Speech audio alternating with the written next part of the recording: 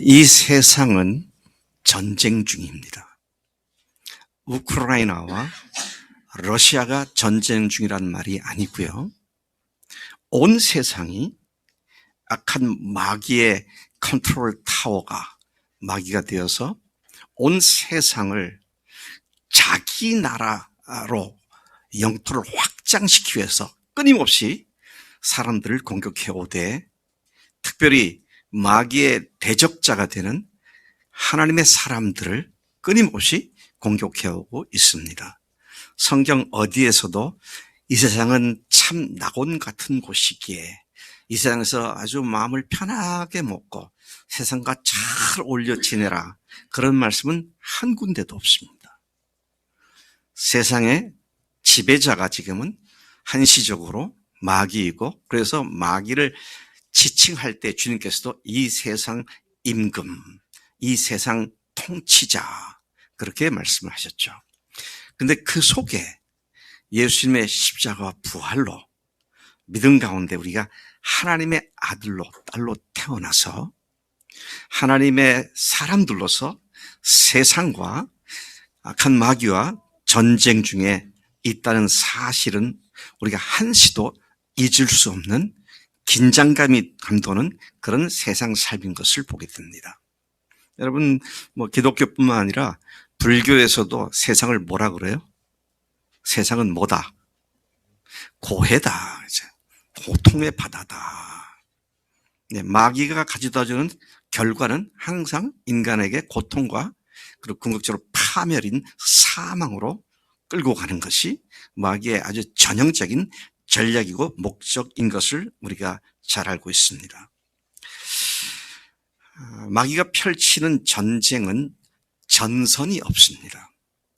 우크라이나와 러시아 전쟁에서 러시아가 침략했던 땅으로 말미암아 전선이 바뀌다가 우크라이나가 반격을 가해서 뺏겼던 땅을 되찾으면서 많은 전선이 다시 확보가 되어지는 그런 전쟁 양상을 우리가 잘 알고 있습니다.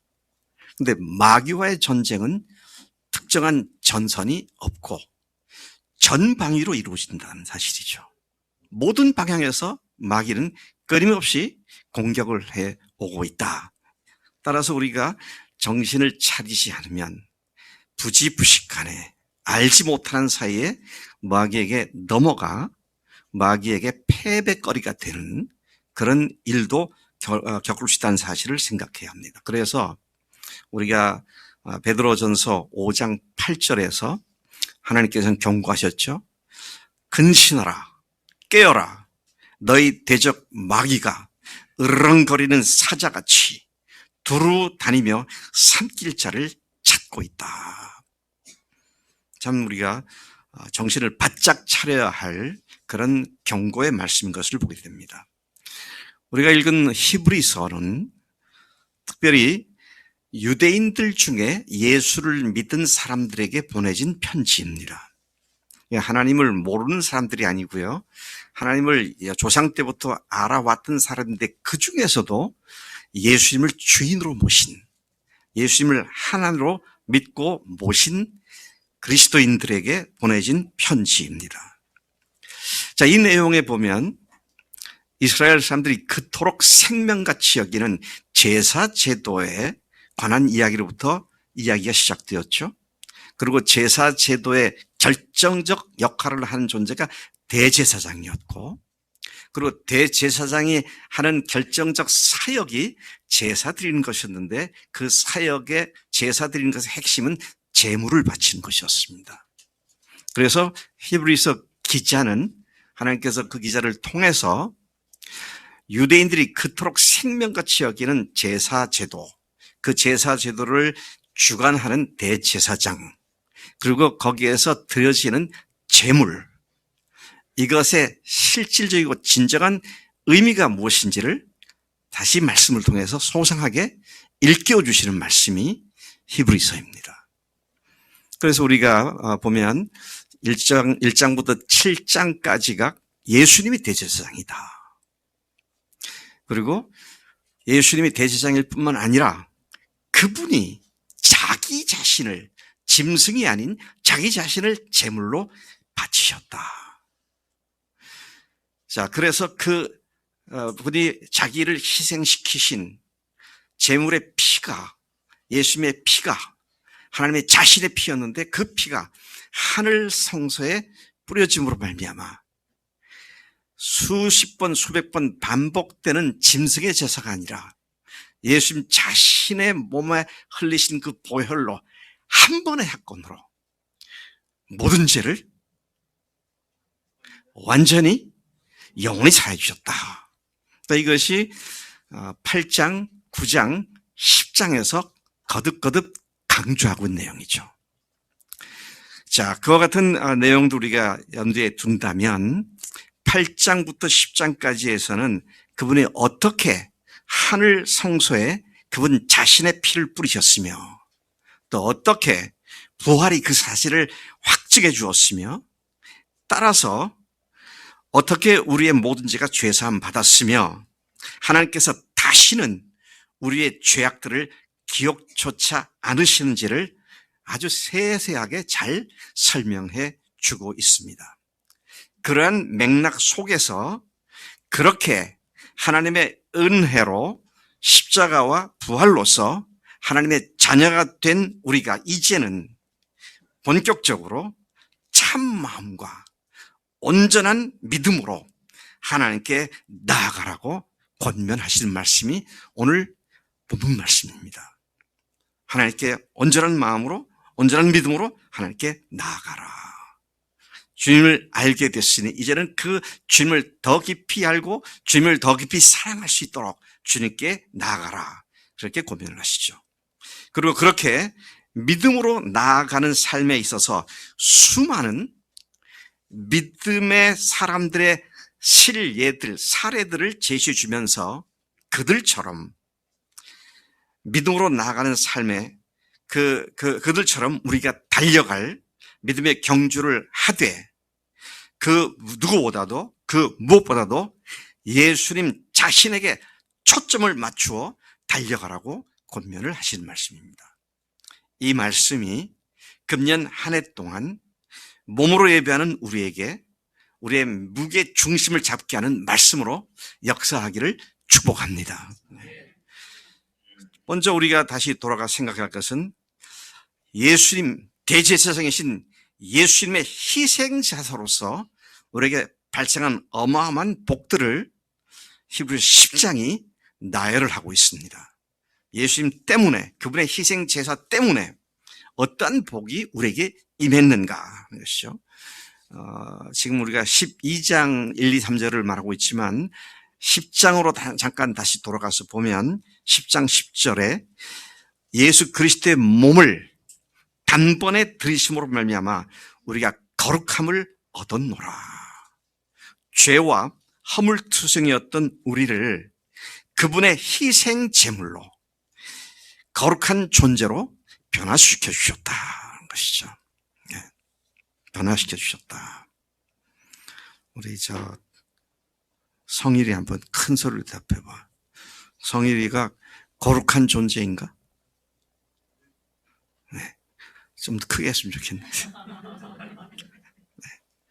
원석 형제 한번 얘기해봐요. 거룩한 존재예요? 아멘이에요? 아니에요. 우리가 언감생심, 감히 어떻게 우리가 거룩하다고 말할 수 있겠습니까? 많은 그분의 보혈로 말미암아 우리를 거룩하게 하셨느니라. 우리가 거룩함을 얻었노라. 이렇게 말씀하시는 것이죠. 그런데 그러한 변화는 완전하고 영원한 것인데 그 변화는 한 번의 제사로 우리에게 이루어진 것이다. 그 10장 14절을 보니까 그가 거룩하게 된 자들을 한 번의 제사로 영원히 온전하게 하셨느니라. 우리를 영원히 온전하게 하셨다. 그래서 17절에 보면은요, 또 그들의 죄와 그들의 불법을 내가 다시 기억하지 아니하리라 하셨으니 이것들을 사하셨은즉 다시 죄를 위하여 제사 드릴 것이 없느니라. 아멘. 다시 제사 드릴 것이 남아있다면 완전한 제사가 아니죠. 영원한 제사도 아니고요. 더 이상 죄를 해결하기 위해서 어떤 희생 제사도 필요치 않게 되었다. 왜? 하나님께서 완전히 해결해 주셨고 더 이상 기억조차 하지 않으시고 우리로 하여금 주님의 은혜 가운데서만 살 수 있도록 그 놀라운 복을 허락해 주셨기 때문에 우리는 더 이상 그 죄와 허물로 계속 고민하는 자들이 아니라 이제는 그 주님의 사랑 안에서 기쁨과 즐거움으로 앞으로만 달려가는 그런 복된 자리에 있는 줄로 믿습니다. 자, 그래서 이것들을 사하셨기 때문에 18절에 보면 다시 죄를 위하여 제사 드릴 것이 없다 그렇게 말하죠. 그러므로 우리의 죄와 허물을 대신해 죽으시고 부활하신 예수님, 하나님이신 예수님으로부터 그런 은혜를 얻은 우리에게 주님은 강력하게 권면하시고 명령하십니다. 어떻게 해요? 참 마음과 온전한 믿음으로 하나님께 나아가라고. 참 마음과 온전한 믿음으로 하나님께 나아가라. 그리고 그렇게 하나님께 나아가는 것을 일컬어서 19절에 보면 10장 19절에 보면 그러므로 형제들아 우리가 예수의 피를 힘입어 성소에 들어갈 담력을 얻었나니. 여러분 여기 성소에 들어간다는 말은 무슨 말입니까? 하나님의 존전 앞으로 갈 수 있는 자가 되었다 그런 말이죠.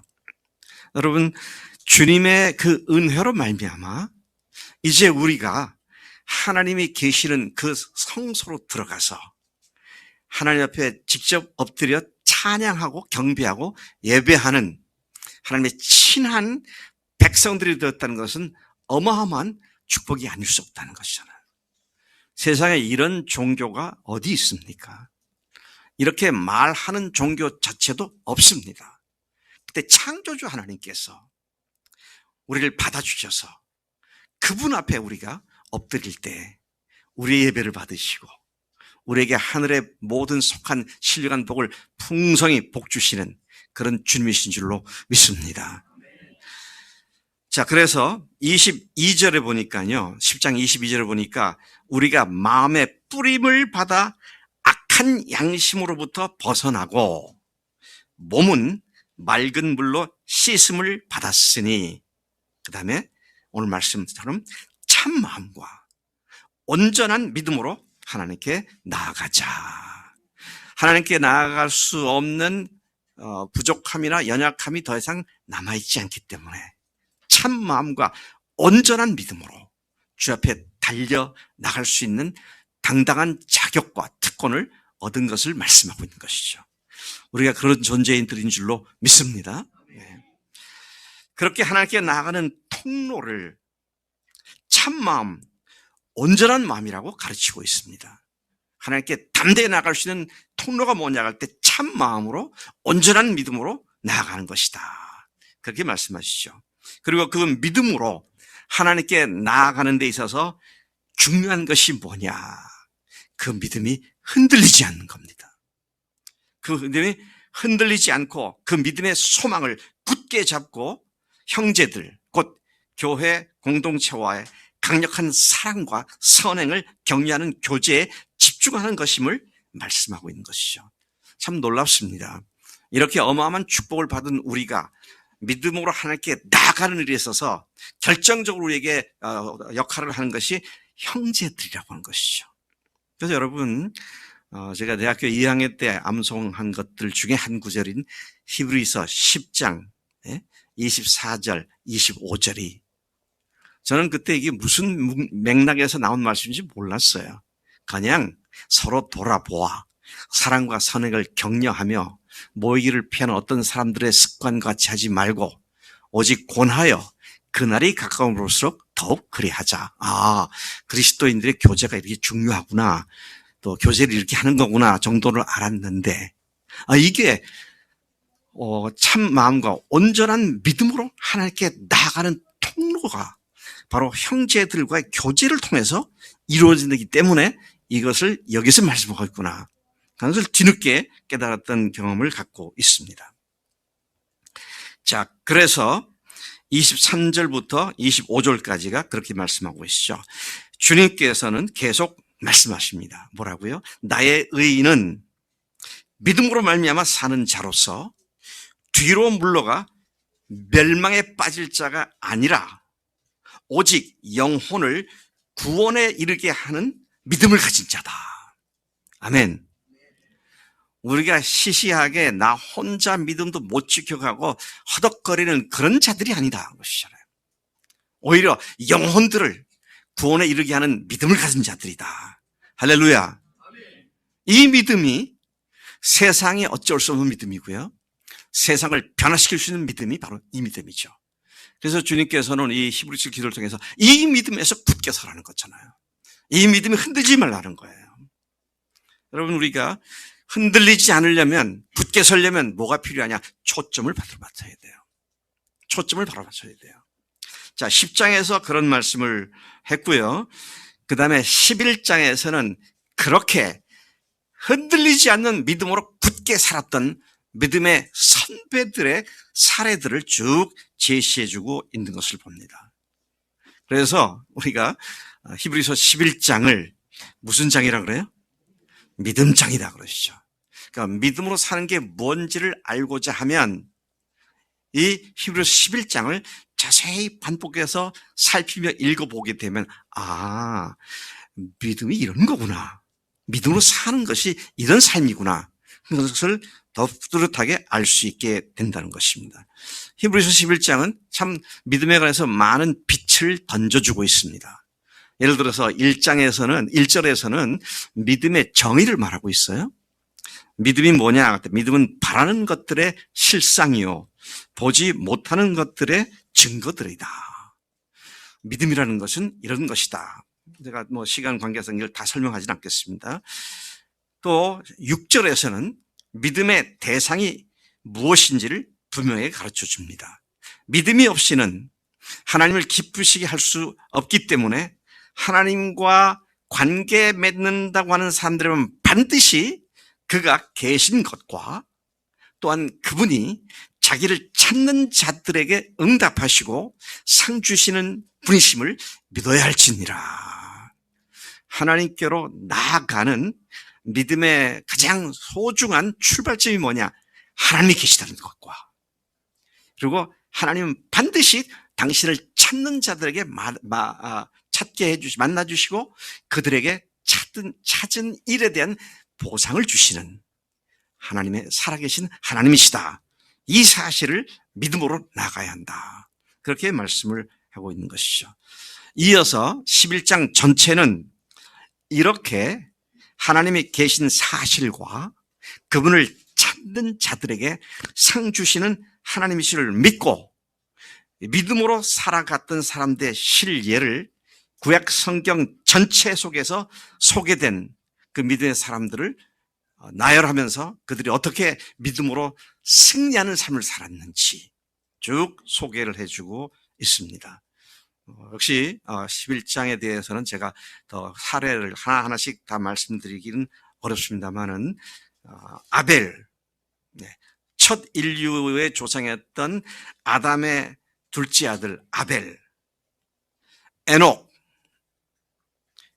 노아, 아브라함, 사라, 이삭, 야곱, 요셉, 모세, 심지어 기생 라합, 기드온, 바락, 삼손, 입다, 다윗, 사무엘, 그리고 수많은 선지자들을 구체적인 믿음의 산 증인들로 제시해주고 있는 것을 보게 됩니다. 지금 제가 이름들을 열거했는데 이게 구약 39권에 나오는 사람들이 이야기잖아요. 그러니까 구약은 어떻습니까? 믿음으로 산 사람들의 간증이다. 그렇게 말해도 틀림이 없습니다. 자, 그들은 어떤 믿음으로 살았느냐? 그때요, 믿음 때문에 나라들을 이겼다 그랬어요. 믿음으로 의를 행했다. 믿음으로 하나님의 약속을 받았고, 믿음으로 사자들의 입을 막기도 했고요. 사자는 라이언이죠. 무서운 사자 입을 딱 봉쇄하기도 했고, 또 불의 세력을 멸하고 칼날을 피하고 연약함이 강하게 되고 전쟁에서 용감히 이방 군대를 물리치고 죽은 자들을 부활로 받아들이고 더 좋은 부활을 얻기 위하여 심한 고문을 구차히 면하지 않으려고 했고 조롱과 채찍질과 결박과 투옥됨과 시련도 받았고 돌에 맞아 죽고 몸이 톱질을 당해서 죽고 시험과 칼로 죽임을 당했고 헐벗고 궁핍하고 환난과 학대를 받았고 광야와 산과 동굴과 토굴에 유리했는데 이런 사람들은 세상이 감당할 수 없는 사람들이었다. 오늘 그들 속에 역사했던 믿음이나 오늘 우리 속에 역사하는 믿음이나 동일한 믿음인 줄로 믿습니다. 그 믿음을 우리에게 하나님께 주셨고 믿음으로 승리하도록 그렇게 하기 위해서 어떻게 하라고요? 초점을 분명히 맞추라는 겁니다. 눈동자의 초점이 다른 것으로 옮겨지지 않고 항상 믿음의 초점을 예수님께 맞추라고 그렇게 말씀을 하고 있습니다. 이런 믿음의 선배들의 증거를 받은 주님의 사람들에게 주님은 강력하게 말씀하시는데 믿음의 삶을 달리기에 비유해서 말씀을 하십니다. 그래서 오늘 읽은 본문 말씀이 1절에 다시 돌아가 보면 이러므로 우리에게 구름같이 둘러싼 허다한 증인들이 있으니 모든 무거운 것과 얽매이게 쉬운 죄를 벗어버리고 인내로서 우리 앞에 당한 경주를 하며 달리기죠. 레이스를 합니다. 네. 100m, 200m, 또는 400m 달리기를 하는데 그 출발선상에서 달리는 선수들이 아주 신경을 최대한 곤두세우는 것이 뭐예요? 출발 신호잖아요. 레디 땅 이제 달려가죠. 그거 0.01초라도 빨리 가려고 하다가 실격당하는 사람도 있고요. 그래서 아주 정말로 집중을 하는데 언제부턴가 아마 그게 LA 올림픽 때인지 아틀란타 올림픽 때 제가 미국에 있을 때 보니까 여자 육상 선수들의 복장이 완전히 거의 비키니 수영복처럼 바뀌더라고요. 자, 제가 그 이유를 물어볼게요. 사지선다형으로 그렇게 복장이 바뀌는 이유 1번 멋있어 보이려고 2번 유행을 따라서 3번 달리는데 최소한의 저항을 받고 빨리 달릴 수 있게 하여 4번 지 마음대로 몇 번이에요? 3번이죠. 어떻게 하면 공기의 저항을 최대한 피하고 0.001초라도 단축시킬까?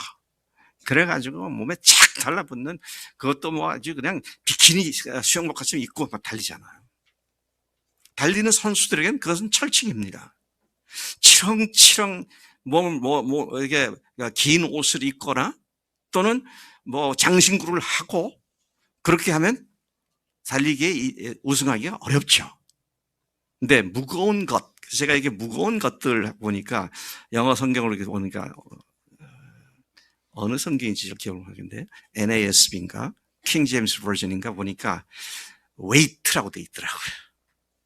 여러분 그 헬스바에 가면은 이게 들 때 이거 무게 있잖아요. 그걸 갖다가 웨이트라 그렇잖아요. 그 무거운 걸로 나 자신을 갖다가 얽매이게 하지 말아라. 얽매이기 쉬운 죄를 벗어버려라.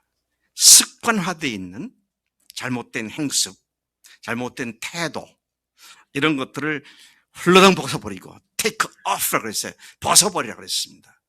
그리고는 달려가는 일에 전력 질주하되 중요한 것이 뭐냐? 목표를 향해서 가라는 겁니다. 선수들이 달리는데 전력 질주 안 하는 사람이 어디 있겠어요? 다 전력 질주를 하죠. 근데 문제는 제대로 결승점을 향해서 달려가느냐, 그렇지 않느냐 하는 것이죠. 우리 신학교가 옛날 대전 시내 목동에 있었을 때에 바로 그 신학교 바로 앞에 밑에 약간 지대 같은 곳에 중앙국민학교가 있었습니다. 그럼 이제 가을이면 운동회를 하잖아요. 그래서 운동회를 하면 뭐 만국기도 운동장에 걸어놓고, 그날이면 우리 학교가 시끄러워서 수업이 안 돼요. 애들이 막 응원하고 떠드느라고 말이죠. 근데 1학년짜리, 초등학교 1학년짜리 아이들이 계주를 했어요. 한 50m씩 뛰고 이제 계주를 몇 팀이 나눠서 하는데, 먼저 뛰었던 선수를 기다리고 있다가 바톤을 받아가지고, 그리고 이제 또 이어서 달리잖아요. 근데 어떤 아이가 긴장하고 있다가 앞에 선수가 뒤에서 막 달려오니까 그걸 딱 받아가지고 뛰기 시작합니다. 근데 운동장에 폭소가 터졌어요. 왜 그랬을까요? 목표가 아니라 반대로 달려가기 시작했습니다. 아니, 얘는 뭐 얼마나 열심히 달렸는지. 근데 전혀 반대로 가고 있었단 말이에요. 뛰긴 뛰는데 뭘 향해서 가고 있느냐. 굉장히 중요한 문제죠. 오늘 히브리서 기자를 통해서 하나님께서 말씀하실 때 그 목표와 방향이 뭐냐 할 때 예수입니다 하는 것이죠. 그분을 향해서 뛰는 것이다 하는 것이죠. 자, 이 말씀을 조금 더 우리가 생각을 해보면은 2절에 그 말씀이죠. 믿음의 주요 또 온전케 하시는 이이신 예수라고 말합니다. 예수님에 대한 수식하는 말이 믿음의 주요 또 온전케 하시는 이이신 예수, 그렇게 말합니다. 참 의미 있고 중요한 말씀이죠. 왜 그렇습니까? 믿음의 주요라고 하면 우리가 얼핏 이 어휘력으로 이해할 때는 믿음의 주관자, 믿음의 주인 되시는 분, 이런 얘기가 되죠. 뭐 전혀 틀린 번역은 아닙니다만은, 그러나 헬라 원어상의 단어의 의미는 믿음을 시작하게 하신 분, 그런 말입니다. 믿음을 창시하신 분. 영어로는 author, 저자, 믿음을 저작하신 분, 이런 의미로 번역되어 있는 걸 보았습니다만은, 믿음을 시작하게 해주신 분이시면서 또 어떤 분이냐, perfecter of our faith, 우리 믿음을 완전하게 해주시는 분.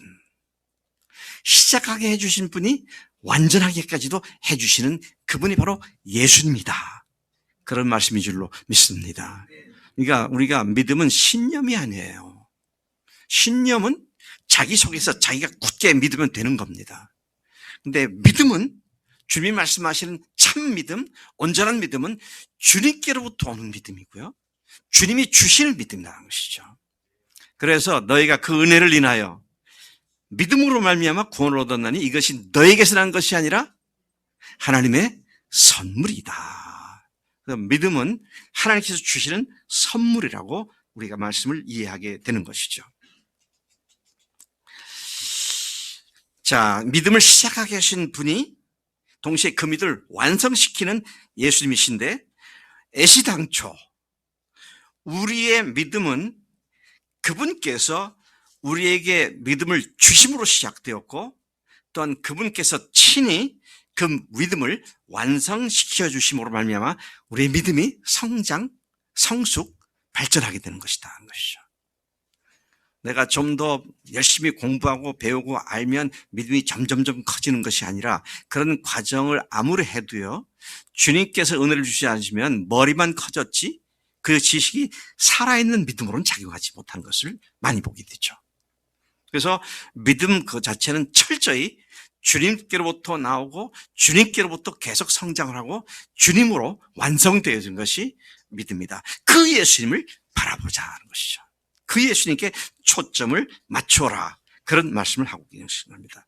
자, 그런데 그 예수님은 또 어떤 분이셨는가? 믿음을 주시고 믿음을 성장시키는 그분이 우리가 바라봐야 할 목표이고 초점을 맞춰야 되는데, 그분 자신은 세상에 계실 때 어떻게 사셨느냐? 그분도 세상에 오셨잖아요. 육신을 거하셨고 사셨습니다. 근데 그분은 어떻게 사셨느냐라고 할 때 2절 말씀에 우리가 그 말씀을 우리가 보았고요. 그는 그 앞에 있는 기쁨을 위하여 십자가를 참으사 부끄러움을 개의치 아니하시더니 하나님 보좌 우편에 앉으셨느니라. 그분께서도 세상에 오셔서 초점을 맞추셨습니다. 그런데 마귀란 놈은 그분이 33년간 세상에 계실 때 그분의 초점을 흐트러뜨리려고 온갖 공격을 가했었습니다. 그 중에 우리가 또 기억이 나는 한 가지는 뭡니까? 그분이 가장 사랑하는 또 가장 믿는다고 생각한 베드로를 통해서 주님이 십자가를 지실 것을 지지 못하도록 방해하는 그 사건을 주님께서 당하셨죠. 그럴 때 주님께서 뭐라고 하셨어요? 베드로야, 네가 나를 사랑하는 마음은 충분히 이해하겠다마는 그 충정심에 대해서는 고맙게 생각한다마는 너 잘못 알고 있으니까 생각을 좀 고쳐라. 그렇게 부드럽게 말씀하셨어요? 뭐라고 그러셨어요? 사탄아, 물러가라. 너는 나를 넘어지게 하는 자로다. 내가 하나님의 일을 생각하지 않고 땅의 일을 생각하는 도다. 아주 혹독한 책망하셨잖아요. 임집사님이 저하고 얘기하다가 제가 너무 화가 나가지고 임집사님 사탄입니다. 그러면은 나하고 영원히 원수가 될 것 같아요. 근데 사람끼리도 그런데 하나님이 사탄이라 그랬으니 베드로가 얼마나 기가 막힌 일입니까? 근데 왜 그랬다고요? 주님의 초점을 흐트리려고 했기 때문이었습니다. 근데 오늘도 마귀는 우리들의 초점을 흐트리기 위해서 온갖 것을 갖고 다 유혹을 하고 덤벼듭니다. 외부적인 환경과 상황과 여건을 가지고 우리를 갖다 옥죄어 오기도 하고요.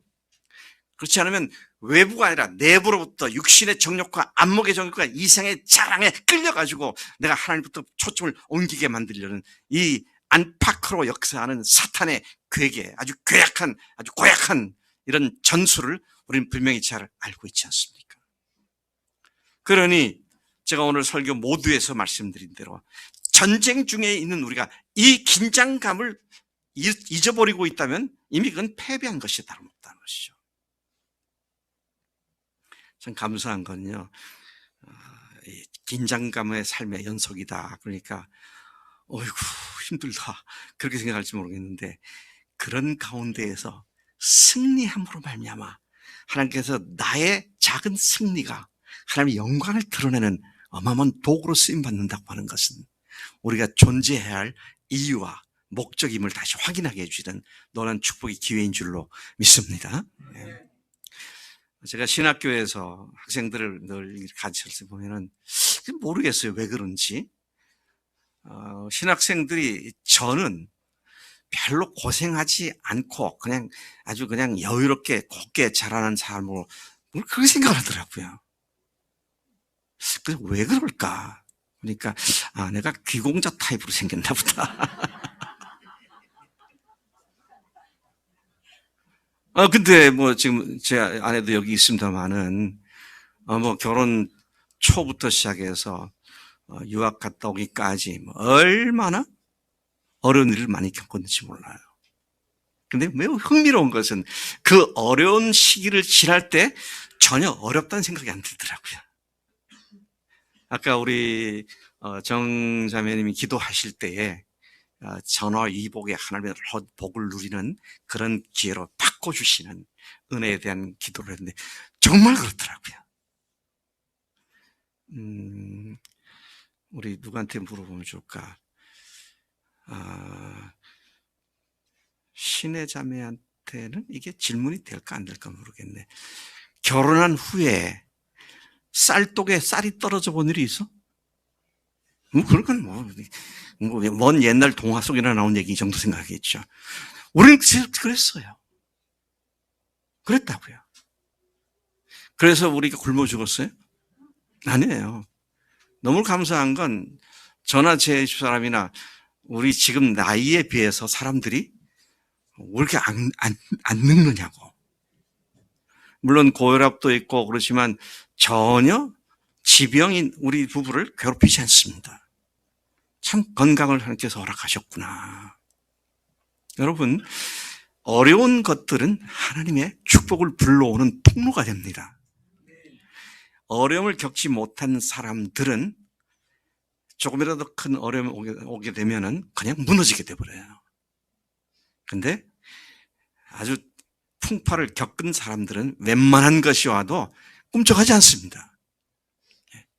자, 그런 의미에서 하나님께서 주님과 주님의 나라를 위하여, 복음을 위하여, 정말 주님을 섬기는 그 일을 위하여 헌신하고 또 대가 지불을 두려워하지 않고 담대하게 감당하는 사람들을 하나님께서 높이시고 크게 쓰셔서 그들을 통해서 주변 사람들을 복주게 하시는 줄로 믿습니다. 네. 주님께서는 창조주시잖아요. 피조물들이 그분을 십자가에 죽이는 이 모멸과 수치를 당하면도 조금 더 개의치 않으셨다 그랬습니다. 그래갖고 예수 그 이름 인류 역사상 가장 비참한 인간이 되고 말았습니까? 아니에요. 온 인류의 주님이 되셨고 왕의 왕이 되셨고 오늘 저와 여러분 속에도 그 주님이 나의 영원한 생명이고 나의 가장 소중한 보배로운 존재가 되어 있음을 고백하지 않을 수 없는 것이죠. 주님께서 오늘 이 말씀을 우리들에게 들려주시면서 어떻게 하라고요? 초점을 맞추라고. 초점을 흐트리지 말라고. 아까도 말씀드렸듯이 여러 가지 내외적인 요인들이 있는데요. 제가 이렇게 그동안 하나님의 사람들이라고 하는 사람들 이렇게 살펴볼 것 같으면 뭘 하다가 잘 안 하더라고요.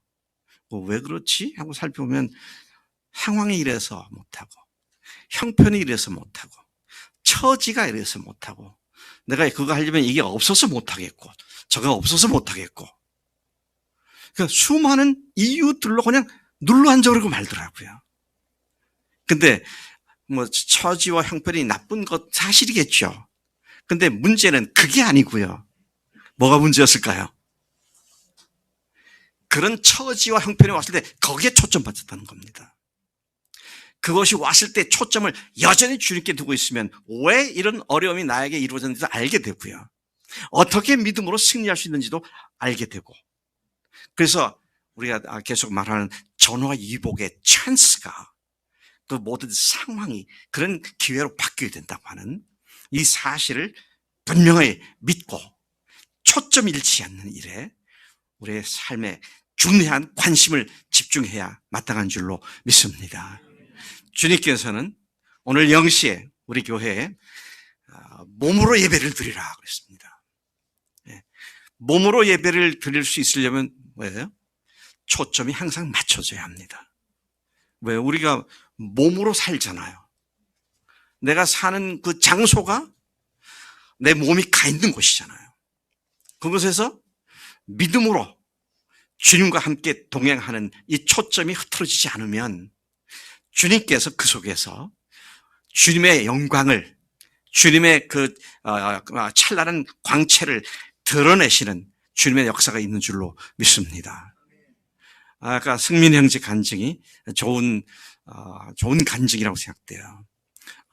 승민 형제가 그 8명의 직장 상사들, 또 팀원들이라 좀 다 제일 막내니까 다 윗사람들이죠.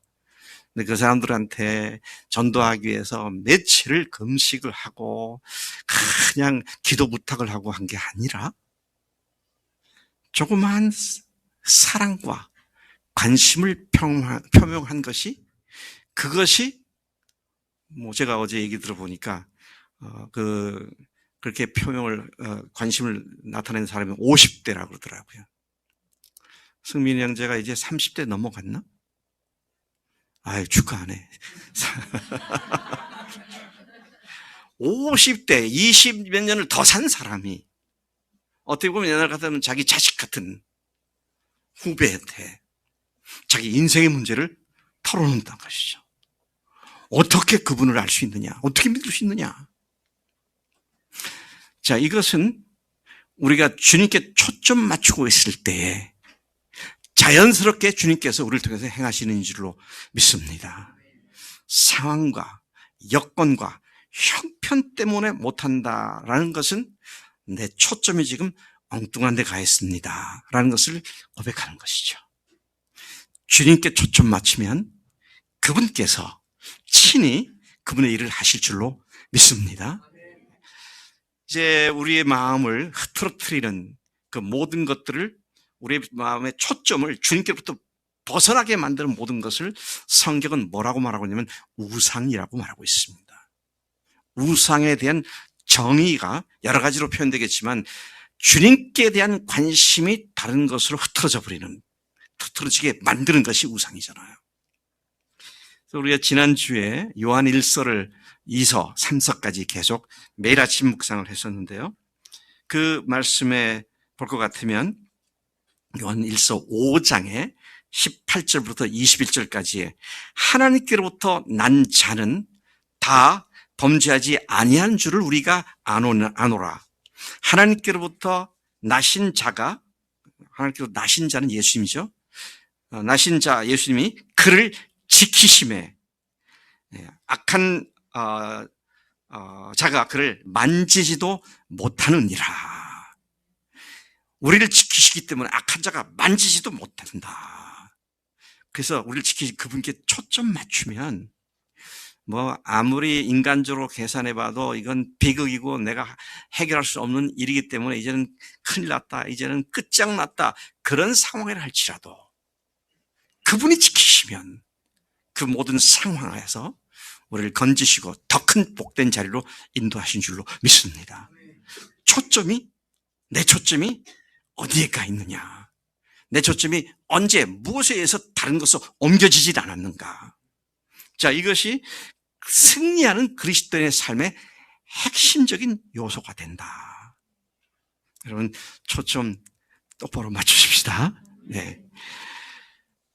그래서 이 말씀을 요한일서 5장에 있는 말씀을 보면은요, 19절에 또 아는 것은 우리는 하나님께 속하고 온 세상은 악한 자 안에 처한 것이며, 또 아는 것은 하나님의 아들이 이르러 우리에게 지각을 주사 우리로 참된 자를 알게 하신 것과, 또한 우리가 참된 자 곧 그의 아들 예수 그리스도 안에 있는 것이니 그는 참 하나님이시요 영생이시니라. 그러면서 마지막 21절에 자녀들아 너희 자신을 지켜 우상에게서 멀리하라. 여러분, 우리의 관심을 흐트러뜨리는 어떤 것도 그것이 우리에게 우상이 될 수 있다 라는 사실을 생각하면 초점 싸움인 그리스도의 삶에 결코 패배하지 않고 당당하게 승리하는 삶이 되는 줄로 믿습니다. 언제 어디서나 누구를 만나거나 무슨 일을 만나도 그것이 나의 관심의 초점을 주님께로부터 빼앗아 그것들로 관심을 옮기게 만드는 일을 결코 방치하지 않고 주님 앞에서 마음을 지켜 초점이 언제든지 주님께만 집중하는 그런 삶이 금년 한 해 여러분들의 삶에 아주 다방면으로 풍성하게 경험되는 복된 한 해가 되기를 축복합니다. 하나님 아버지 감사합니다. 주님께서 오늘 우리 새해 첫 주일 첫 예배에 주님 우리로 하여금 초점을 주님께로 집중하고 초점을 다른 것에 빼앗기지 않도록 권면하시고 명령해 주셨사오니 아멘. 주님 그렇게 살겠습니다. 이와 같은 헌신과 결단을 통하여 금년 한 해가 겉으로 볼 때는 망한 것 같지만 실제는 그 망함 속에 부활의 능력으로 하나님의 놀라운 성공이 드러나는 그런 한 해가 되도록 역사해 주실 줄로 믿습니다. 감사하고 예수님의 이름으로 기도로 삼나이다. 아멘. 아멘.